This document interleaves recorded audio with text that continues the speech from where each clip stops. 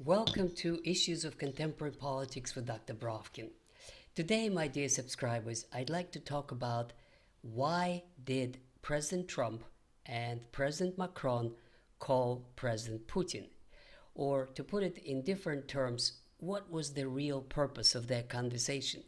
The reports we get in the news is that they discussed Ukraine and then they discussed Iran. With Macron, President Putin spoke for 2 hours. With President Trump, he spoke for close to an hour. There must have been something serious discussed. This is a lot of time to discuss these things.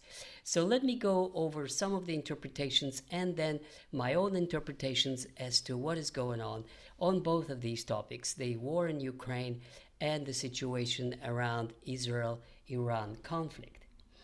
Now, as far as the war in Ukraine is concerned, the key question, of course, is weapons. And that is because as we all know, the previous day, Trump announced that there's going to be a pause, at least a pause, if not a cessation of deliveries of key weapons for Ukraine, such as Patriot missiles and some other items as well. So everybody's discussing, is this a part of the negotiating tactics or is something that the Americans are running out of weapons? How does that relate to the ongoing discussion? So let's get back to the fundamental issues.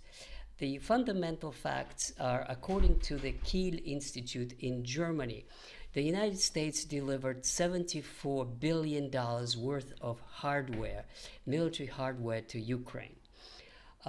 Some other estimates suggest that the Ukraine needs $10 billion from all sources to conduct the war a month, every single month. That covers all of their expenses. Obviously, some of them they pay themselves, but more than half comes from the United States, which is about 30%, and the European Union. Now, the facts that I'm quoting to you now are from the Kiel Institute, and they've been published in the pro-government, pro-Ukrainian government newspaper Kiev Post, so you can check it on your own. But what it says is quite interesting, that in order for a European Union to replace the United States as the main and the major supplier of weapons to Ukraine, this is how they would have to divide up the commitments that they had already taken in the previous sessions of NATO and of the European Union. So this is what the Kiev Post says. Germany would need to increase its annual spending for Ukraine from 6.7 billion to 10.2 billion euros. France would have to increase its spending for Ukraine from 1.7 billion to 6.7 billion, from 1.7 to 6, so 5 billion more.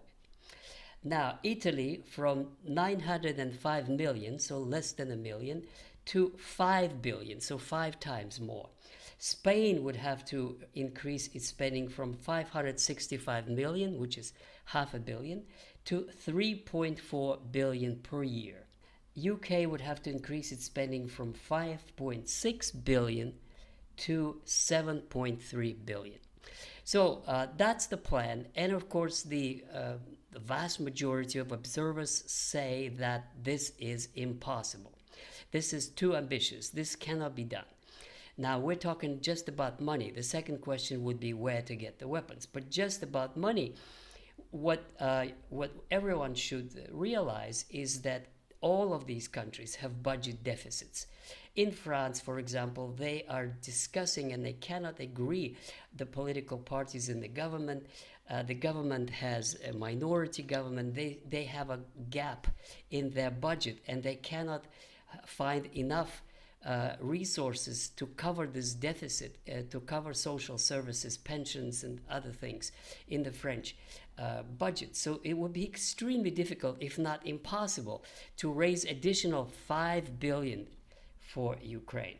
Now that means these are republics, which means that the parliaments control the purse, which means that no matter what the government or the European Union wants to do, they simply cannot overcome the hurdle of passing this through the parliament. They resort to all kinds of tricks. The latest of them was Alice Weidel speech in the Bundestag in Germany, where she described how Chancellor Merz used the session of the Bundestag in between sessions in order to pull through a law that allows German government to borrow indefinitely and putting into debt, as she put it, the grandchildren of Germany, and ruining its economy, and so on and so forth. In other words, it shows basically that it is extremely difficult for these countries to come up with the money. But let's suppose, but by some very creative accounting, they do. Let's suppose that they do come up with the money. The next hurdle, of course, is where to take the weapons. Now, many previous shows that I did and many other colleagues demonstrate that Russia produces 4, 5, in some areas of munitions, 10 times more than all of the European Union or NATO, which is pretty much the same thing. So where to take the weapons? The only ones that are still available theoretically is from the United States, which is what has been going on with the money from Biden budget that is still being used today in the deliveries of the United States. So the plan is that the Zelensky is pushing for is that the weapons would come from the United States, and the Europeans are going to pay for them. That's the scheme. But there's one other little problem that just arose, and which Trump and Hegeth voiced, which is that the United States doesn't have enough of Patriot missiles and doesn't have enough of other munitions that are essential for Ukraine. So, but let's imagine, just for the sake of the argument, that the United States decides, okay, we're going to supply those weapons, the Europeans are going to provide, the United States is going to take this from their own arsenal, and then they're going to produce them and replace them. Suppose that they do deliver, let's say 10, even though Zelensky is asking for less, 10 Patriot missiles complexes. Would that actually provide secure skies over Ukraine? The question is no. No, it won't, because if you follow the military action in Ukraine, what is clear is that the Russians have now overwhelming superiority in drones, and it is too expensive to use Patriot missiles on drones because it just each costs 2 or 3 million, and drones are much cheaper. So they have to use other methods, and there's this overwhelming swarms of these drones that come first, and after that come the missiles. And of the Russian missiles that come, it is only the non-hypersonic missiles that could be captured by Patriot systems. The hypersonic missiles cannot. They cannot be stopped. That's just basically the fact, because they cannot be intercepted because they're too fast. So in other words, even if 10 Patriot missile complexes did come, they would not be able to provide secure skies over Ukraine, and Russia would still have overwhelming superiority in the air. But let's suppose by some miracle that they actually do provide secure skies, and then all Russian attacks are intercepted and all the missiles are captured or shot down, as the Ukrainian propaganda daily reports that just about everything that the Russians send is intercepted. If they succeeded in doing that, would that change the fortunes at the war, at the front line? Would that make it possible for Ukraine to win back at least one of its provinces, as Macron and Starmer and others incessantly repeat that they want Ukraine to conquer back or return to itself, its territorial integrity, and get back those provinces? What would happen? First of all, is it possible? No, it's not possible. It's not possible because they're running out of men, because their army is exhausted, and the casualty rate, by some estimates, is 10 to 1. I even heard some estimates that 20 to 1 is the casualty rate of Ukrainians versus the Russians and Ukrainian. In other words, one Russian soldier for 20 Ukrainian. But suppose they do. But let's just imagine things. What if? What if they did recapture a province? That is the most serious problem that the Ukrainians face. And that is that if they do capture a town, what begins to happen is vengeance on the population that welcomed the Russians. Deportations, trials of collaboration, and all kinds of other punishing methods. And when they did take several villages in the Kursk region, what happened, of course, was something terrible. That there were lots of civilians murdered, and they were tortured, and there were hostages taken. And it promises nothing good for the local population if they were to be retaken by the Ukrainians. And here's the most important point. What happens when the Russians take over a town or a village or whatever? The fact is that they automatically become Russian citizens, which means they have all the rights, they're getting Russian passports, the older people get Russian pensions, which are much higher than the Ukrainian ones. In other words, the local population is objectively better off if it is taken over by the Russians as opposed to when it is taken over by Ukraine. Just to give you one example of how absurd some of the Ukrainian measures are. A couple of months ago, in that same Kiev Post, I read that a 15-year-old girl was arrested. She was released later, but the charge was that she was listening to a popular song in Russian language. That is something that the Ukrainian authorities don't want to have. Just today, in one of the programs, I heard that the 19-year-old girl was arrested and tried for espionage because she wrote a letter to her aunt in the occupied territory, which is probably in Donetsk or Lugansk or something. In other words, the position of the local population is definitely not to the advantage of the Ukrainians. But let's get back to the phone call.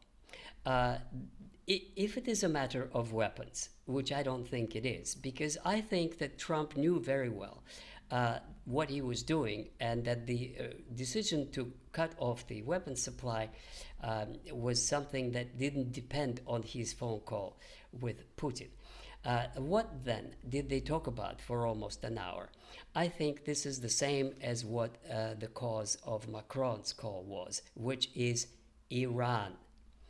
I think Iran is the major issue that both Macron and President Trump discussed with Putin. Why is it such an important topic? Well, because the United States has a lot at stake in Iran-Israel conflict than it is in Ukraine, because its own military bases could be attacked. The United States does need a deal, does need an agreement, does need a signature of some sort with Iran. And what a better intermediary could there be than President Putin, who can talk to both impartially and on friendly terms. I think also the same thing with Macron. The French press repeats that he repeated his position that of territorial integrity of Ukraine, so there's nothing to talk about. And Putin repeated that he wanted to achieve the goals of the special military operations. But on Iran, there are a lot of issues that are in common. Both countries, France and Russia, were signatories to the 1215 Accords. Both of them do not want Iran to have nuclear weapons. Both of them want to establish a diplomatic path for settlement. And of course, the same thing is with Trump. So my understanding is that President Trump needs Putin's help in moving from the point of no return with the negotiations with Iran. It is difficult, but it is possible. And I think the same thing is Macron, who also is quite concerned with the situation in the Iran-Israel war getting out of hand. Now, to sum up the most important developments since the end of the hostilities, which make both Trump and Macron quite concerned. Since the end of the hostilities, there are three important developments in what Iran has been doing. Number one, it stopped any contact with the International Atomic Energy Commission. Number two, it began negotiations with China to purchase the air defense system and the J-10 expert version attack air jets, which are pretty much close to being the best in the world, certainly on par with F-35 and Russian Su-57. Next thing, they resumed talking to Russians about delivering S-400s, and the details are not known. It's all kept in the secret, but at least it's clear that Iran wants to strengthen its air defenses, and it doesn't want any more foreign inspections, and it's considering abandoning the non-proliferation treaty altogether, which is what made Trump and Macron so worried. And that is why they are seeking Putin's help in resolving this issue while the time is still there, before it is too late. Thank you very much, my dear friends. Write your comments. I like reading those. Please subscribe to my channel. Read my book on Russian history under the Bolsheviks and the collapse of the Soviet Union and Putin years, from Vladimir Lenin to Vladimir Putin. And I'll see you soon with another edition of Issues of Contemporary Politics with Dr. Brovkin.